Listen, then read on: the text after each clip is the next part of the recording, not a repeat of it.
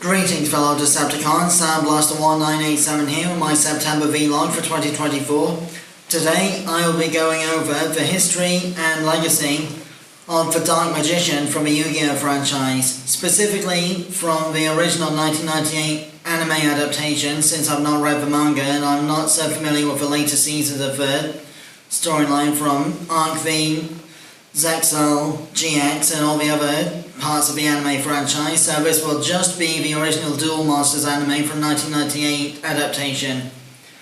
So, the story of the Dark Magician begins 5,000 years ago in the English dub version, 3,000 for the Japanese version, in ancient Egypt, with one of Pharaoh Atem's sacred guardians, the secret order of the 6 highest ranking priests and magicians that protected the Millennium items.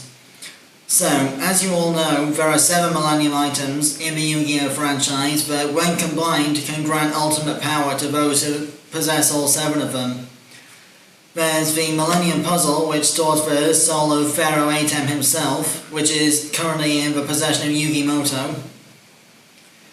There's the Millennium Eye, which was owned by Maximilian Pegasus at one point, which grants the power of telepathy and mind reading. The Millennium Scales, which were owned by Priest Karim in ancient Egypt and currently held by Shadi in the current timeline, that can locate the balance of good and evil in the heart of whoever they're used against. The Millennium Rod, originally owned by Priest Seto in ancient Egypt and now held by Marik Ishtar, which enables mind control. The Millennium Necklace, formerly wielded by Priestess Isis and now held by Ishizu Ishtar, who then gave it to Yugi Mutou, which grants visions of the future.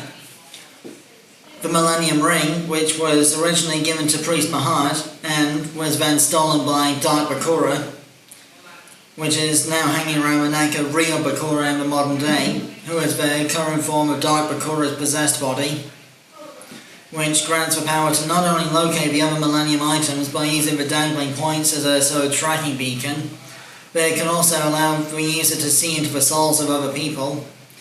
And the Millennium Key, which is currently protected by Shadi along with the Millennium Scales, which allows the user to unlock the secrets of someone else's mind by basically jabbing them in the chest with the key and then turning it, awakening the deepest, darkest secrets of a person's mind. I'll go into more detail about the Millennium items themselves in a separate video, but that's just the start of the story. So, as I said before, Priest Mahad is the top-ranking High Magician of ancient Egypt during the rule of Pharaoh Akhenaten and his son Prince Atem in ancient Egypt 5,000 years ago, and his apprentice Mana would later go on to be a love interest of Pharaoh Atem himself. And Mana is also another character that needs going back to in another video, because she would also later be reincarnated as the Dark Magician Girl monster card from the Yu-Gi-Oh! Duel Monsters game.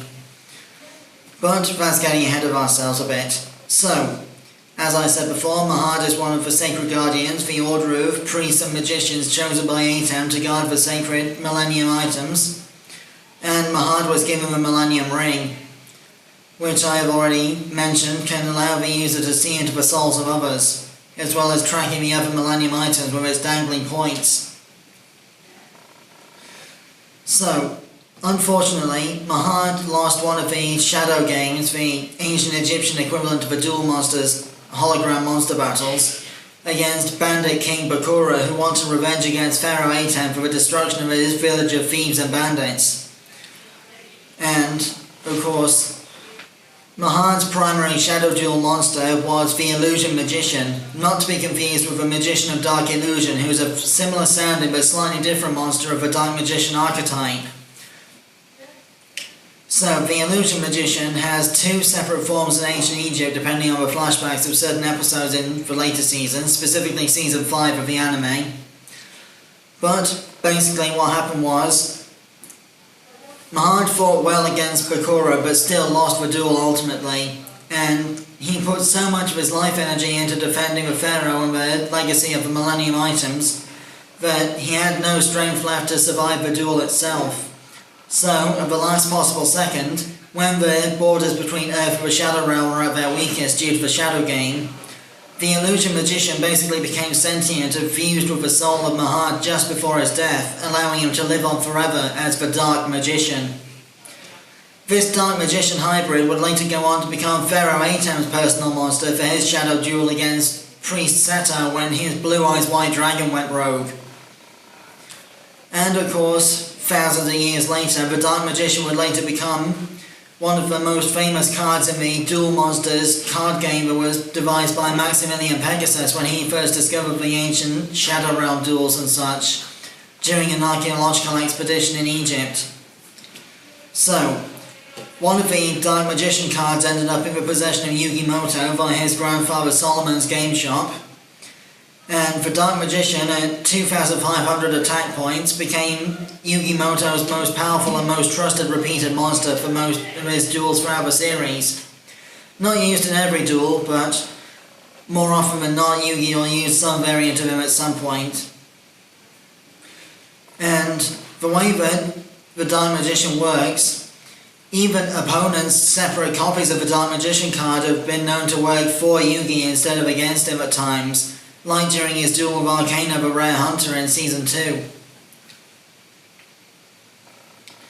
This could potentially mean that the soul of Mahad, still fused to the Illusion Magician within the Dark Magician monster card, is still somewhat connected to the legacy of Pharaoh Atem, and possibly knows more about Pharaoh's ancient secrets and his lost memories than Yugi ever will.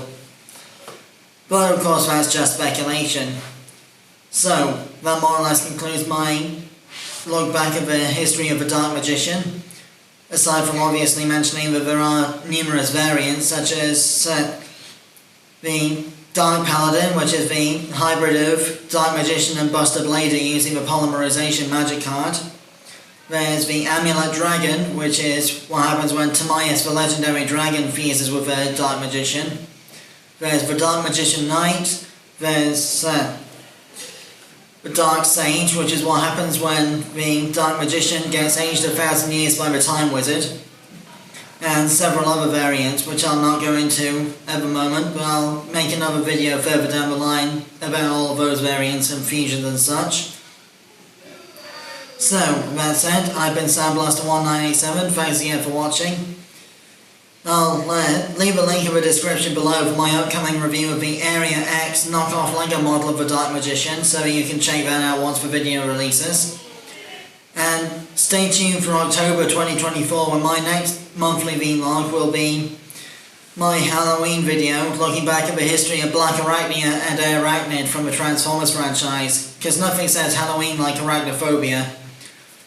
Apart from that, my next toy review will be Marvel Legends Fang of the, 2023 Charred from the Starjammers Build-A-Figure wave. Fang is a member of the Shi'ar Imperial Guard and somebody who Wolverine once stole the costume of. Till then, till all are one, and may the heart of the cards be with you, always.